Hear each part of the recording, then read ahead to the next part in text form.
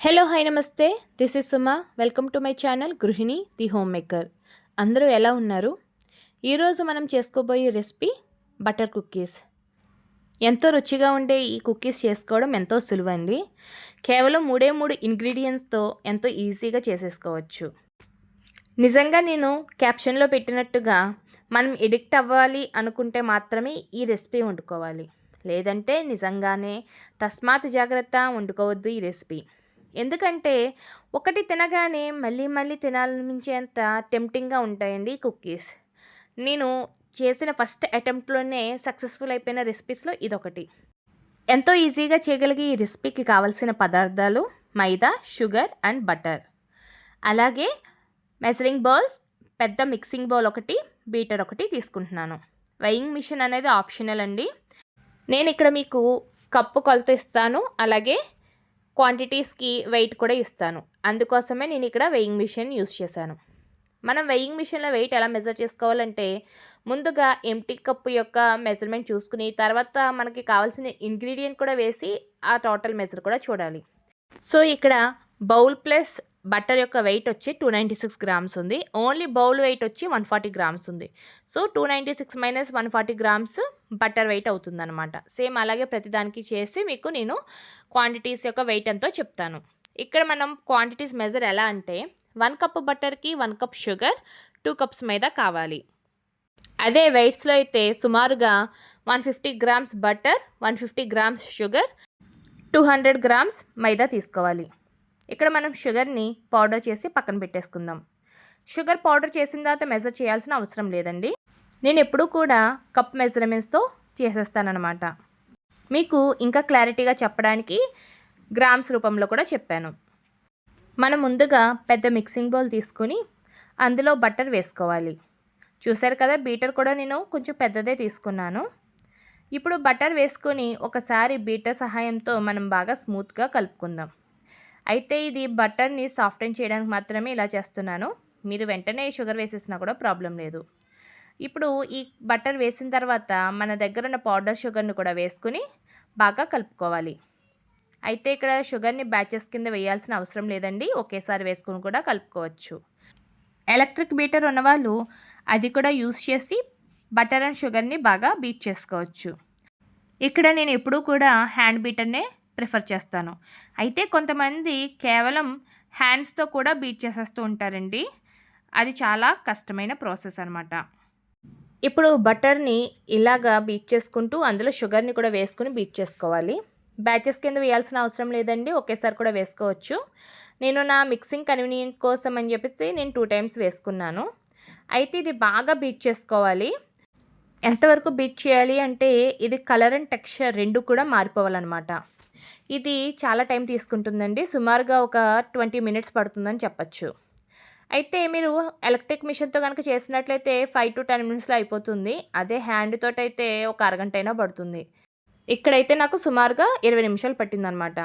అయితే ఇది బీట్ చేయడం చాలా కష్టమండి. అలాగే మధ్య మధ్యలో ఆ బీటర్ లోపలికి వెళ్ళిపోతుంది కదా బ్యాటరు, అది ఎప్పుడు కూడా మీరు బయటికి తీసి మాత్రమే బీట్ చేసుకోండి, లేకపోతే సగం సగం మీకు బీట్ అవుతుంది.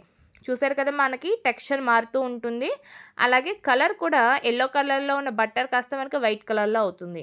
ఒకవేళ మీరు అదే కనుక వైట్ బటరే తీసుకుంటే మీరు టెక్స్చర్ ఒకటి గుర్తుపెట్టుకోండి.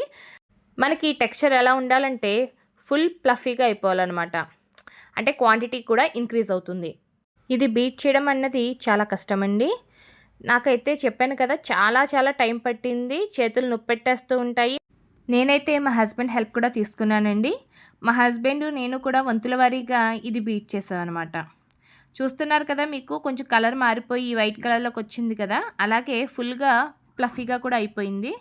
సో ఇలా వచ్చినప్పుడు మనం ఏం చేయాలంటే కొంచెం కొంచెం మైదా వేసుకొని బీట్ చేసుకుంటూ ఉండాలి. ఇది మనకి పర్ఫెక్ట్గా వచ్చిందనమాట. ఇక్కడ ఇలా బీట్ చేయడం అన్నది చాలా ఇంపార్టెంట్ అండి. అయితే ఇక్కడ ఇంకొక ముఖ్యమైన విషయం నేను చెప్పడం మర్చిపోయాను. బటర్ అనేది మనం ఎప్పుడు కూడా రూమ్ టెంపరేచర్లో తీసుకోవాలి. అది మొదట్లో చెప్పాలి, నేను మర్చిపోయాను. అలాగే మనం ఎంత బీట్ చేసుకుంటే కుక్కీస్ అన్నవి అంత గుల్లగా వస్తాయి, అలాగే అంత క్రిస్పీగా కూడా ఉంటాయి. సో అందుకని ఈ బీటింగ్ అన్నది ఎంత ఎక్కువసేపు చేస్తే అంత మంచిది. ఇప్పుడు ఫుల్గా బీట్ చేస్తాం కదా, ఇందులో బ్యాచెస్ వైజ్గా మైదా వేసుకుంటాం. ఇది మాత్రం ఇంపార్టెంట్ అండి. ఇక్కడ మనం మైదాని బ్యాచెస్గానే వేసుకోవాలి, లేదంటే ఉండలు కట్టే అవకాశం ఉంది, సరిగా మిక్స్ అవ్వకుండా కూడా ఉండే అవకాశాలు ఉన్నాయి. ఇక్కడ మనకి ఇంకా బీటర్ హెల్ప్ అవసరం లేదు, ఎందుకంటే కొంచెం మనం పిండి గట్టిగా కలుపుకుంటాం కాబట్టి బీటర్తో అంత సరిగ్గా కలవదనమాట. అందుకని ఇంకా బీటర్ తీసేసి నేను చేత్తోనే కలుపుకుంటాను. ఇక్కడ నోట్ చేయాల్సిన మరొక ఇంపార్టెంట్ విషయం ఏంటంటే, మనం పిండిని చాలా సాఫ్ట్గా మృదువుగా కలుపుకోవాలి, ఏమాత్రం కూడా హార్డ్గా కలుపుకోకూడదండి. అంటే మనం చపాతీ పిండి కలిపినట్టు మర్దన చేస్తూ కలుపుకోకూడదు, చాలా పైపైన సుకుమారంగా కలిపినట్టు కలుపుకోవాలి. అప్పుడే మనకి గుల్లదనం అన్నది ఉంటుంది. మనం గనక ఇది గట్టిగా కలిపినట్లయితే మనకి ఆ రిజల్ట్ అన్నది కుక్కీస్లో చూడొచ్చు. అందుకని గుర్తుపెట్టుకోండి, చాలా మృదువుగా మాత్రమే కలుపుకోవాలి పిండిని. ఇలా ఫుల్గా కలిపేసుకున్న తర్వాత దీన్ని మనం షేప్స్ చేసుకొని ఓవెన్లో పెట్టేసుకోవడమే. అయితే ఇక్కడ మనం 3 రకాలుగా కుక్కీస్కి షేప్ ఇవ్వచ్చు. అందులో మొదటిది, ఈ మిశ్రమాన్ని ప్లాస్టిక్ ర్యాప్లో చుట్టి మనం ఫ్రిడ్జ్లో పెట్టుకొని షేప్ చేసుకోవచ్చు, లేదంటే రోల్ చేసుకొని కూడా, అంటే చపాతీ పిండిలో ఒత్తుకుని మనం షేపర్స్తో షేప్ చేసుకోవచ్చు. అయితే ఇక్కడ ఇప్పుడు చెప్పిన విధంగా షేప్స్ చేసుకునే అవకాశం లేని వాళ్ళకి నేను 3వ పద్ధతిలో ఎలా షేప్ చేసుకోవచ్చో చూపించబోతున్నాను. చాలా సులువుగా షేప్స్ చేసుకోవచ్చండి. ముందుగా ఇలా ఓవెన్ ప్లేట్ తీసేసుకొని అందులో బటర్ పేపర్ వేసుకోవాలి. నాకు ఇవాళ బటర్ పేపర్ లేదు కాబట్టి నేను డైరెక్ట్గానే ఈ ప్లేట్లో పెడుతున్నాను. ఏం పర్వాలేదు, పెట్టేసుకోవచ్చు. మనకి పిండి చూసారు కదా, ఇలా రావాలి. ఇలా వచ్చిన తర్వాత క్రాక్స్ అనేవి లేకుండా, అంటే పగుళ్ళు అనేవి లేకుండా మనం సుకుమారంగా ఒత్తుకుంటూ ఇలా రౌండ్గా షేప్ చేసుకొని పెట్టుకోవాలన్నమాట. ఒకవేళ మీకు గనక దీనికన్నా సాఫ్ట్గా ఉంది అనిపిస్తే గనక పిండి కలిపే ప్రయత్నం చేయొద్దు. మీరు అలా సాఫ్ట్గా ఉన్నా కూడా ఏం పర్వాలేదు, మీకు కుక్కీస్ బ్రహ్మాండంగా వస్తాయి. అయితే మరీ జారుడుగా ఉండకుండా మాత్రం ఉండాలండి. మీకు ఇలా కోవా బిళ్ళలా చేసుకునేంత లూజ్గా ఉన్నా పర్వాలేదు, కానీ జారుడుగా మాత్రం ఉండకూడదు. అలా అంటే మీరు పిండి బాగా తక్కువ వేశారని అర్థం. ఇప్పుడు చూసారు కదా, నేను ఇలా బాల్ షేప్లో చేసుకొని పెట్టేసుకుంటున్నాను. నాకు ఒక్కొక్క బ్యాచ్కి 12 పడుతున్నాయండి ట్రేలో. ఓవెన్లో చేసుకునేవారు ముందుగా 200 డిగ్రీ సెంటీగ్రేడ్లో ఒక 10 నిమిషాలు ప్రీహీట్ చేసుకోవాలి. అలాగే పైన కింద రాళ్ళు ఉన్న సెలక్షన్ మోడ్ని సెలెక్ట్ చేసుకోవాలి. నేను ఇక్కడ ఓటీజీలో చేస్తున్నాను. ఓవెన్లో అయితే సేమ్ డిగ్రీస్ అండి, 200 డిగ్రీస్ 10 మినిట్స్ ప్రీహీట్లో పెట్టుకోవాలి.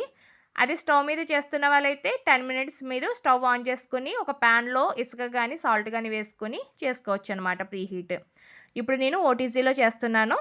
ప్రీహీట్ అయిపోయింది, పెట్టేశాను. ఇది సెకండ్ బ్యాచ్ కూడా నేను రెడీ చేసేసాను అనమాట కుక్కీస్ని. ఇప్పుడు ఈ కుక్కీస్ ఎంతవరకు అయ్యాయో చూద్దాం.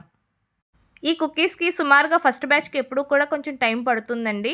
చూసారా, ఈ కుక్కీస్ కింద లైట్గా బ్రౌన్ కలర్లో చేంజ్ అయింది కదా, అంటే మన కుక్కీస్ రెడీ అయిపోయినట్లు. ఈ కుక్కీస్ని మనం తీసుకుంటున్నప్పుడు చాలా సాఫ్ట్గా హ్యాండిల్ చేయాలండి, బ్రేక్ అయ్యే అవకాశాలు ఉన్నాయి. ఇది ఫుల్గా కూల్ డౌన్ అయిన తర్వాత మనకి క్రిస్పీగా రెడీ అవుతాయి అన్నమాట. అయితే ఇక నేను సెకండ్ బ్యాచ్లో వేరే షేప్స్ ఇస్తున్నాను. చూసారు కదా, ఇలా ఫోర్క్ పెట్టుకొని మనం ప్రెస్ చేస్తే మనకి గుడ్ డే బిస్కెట్ షేప్లో వస్తాయి. అయితే ఇక్కడ నాకు కుక్కీస్ కొంచెం క్రాక్ అయ్యాయి, కానీ క్రిస్పీగా అయితే బాగుంటాయి కాబట్టి నేను వదిలేశాను. సో మనం ఇప్పుడు ఇలాగ అన్నీ కూడా రెడీ చేసుకొని ఓటీజీలో పెట్టేసుకుందాం. చూసారు కదా, నా కుక్కీస్ అన్నీ రెడీ అయిపోయాయండి. ఎంతో యమ్మీగా ఉండి కుక్కీస్ అంటే పిల్లలే కాదు పెద్దవాళ్ళు కూడా చాలా ఇష్టపడి తింటారు. నేను ఎప్పుడు వండినా కూడా వెంటనే అయిపోతాయండి. ఈరోజైతే నేను ఒక 40 కుక్కీస్ వండాను, మాకు 3 డేస్లో అయిపోయాయి. అంత టెంప్టింగ్గా యమ్మీగా ఉంటాయన్నమాట. నేను చెప్పేది ఏమాత్రం అతిశయోక్తి కాదండి. మీరు కూడా ఒకసారి చేసుకుని నేను అన్నమాట నిజమా కాదా మీరే చెప్పాలి. మా పాప ఈ కుక్కీస్ని వాళ్ళ ఫ్రెండ్స్తో కూడా షేర్ చేసింది. వాళ్ళందరూ కూడా ఒకటి తిన్న తర్వాత ఆంటీ మాకు మరొకటి కావాలి అని అడిగారు. తప్పు లేదు కదండి, మనకే ఒకటి తిన్న తర్వాత చాలా తినాలనిపిస్తాయి. అలాంటిది కిడ్స్ కదా, అందుకనే నేను ఇచ్చేసాను అనమాట. సో వాళ్ళందరూ తిని ఎంజాయ్ చేస్తుంటే మనకు అంతకన్నా సంతోషం ఏముంటుంది చెప్పండి. మనం కష్టపడి వండినందుకు ఎవరైనా ఇష్టంగా తింటే అదే కదా మనకి కావాల్సింది. ముందుగా ఈ కుక్కీస్ని ఫుల్గా చల్లారనివ్వాలండి. అప్పుడే తర్వాత ఒక ఎయిర్ కంటైనర్ బాక్స్లో పెట్టి స్టోర్ చేసుకోవచ్చు. ఎన్ని రోజులైనా కూడా ఈ కుక్కీస్ అన్నవి క్రిస్పీగానే ఉంటాయి. చూసారు కదా, ఎంతో ఈజీ అండ్ యమ్మీగా ఉండే కుక్కీస్ని చేసుకోవడం ఎంతో సులువు. మరి మీకు నా కుక్కీస్ అయితే నచ్చాయని అనుకుంటున్నానండి. మీకు కనుక నా వీడియోస్ నచ్చితే నా ఛానల్ని సబ్స్క్రైబ్ చేసుకోండి. అలాగే పక్కనే ఉన్న బెల్ ఐకాన్ కూడా క్లిక్ చేయండి. అప్పుడు నేను వీడియోస్ పెడితే నా నోటిఫికేషన్స్ అన్నీ కూడా మీకు వస్తాయన్నమాట. అలాగే లైక్ అండ్ షేర్ కూడా తప్పనిసరిగా చేసుకోండి. మళ్ళీ వేరొక వ్లాగులో మరొక వీడియోతో కలుద్దాం. Thank you for watching.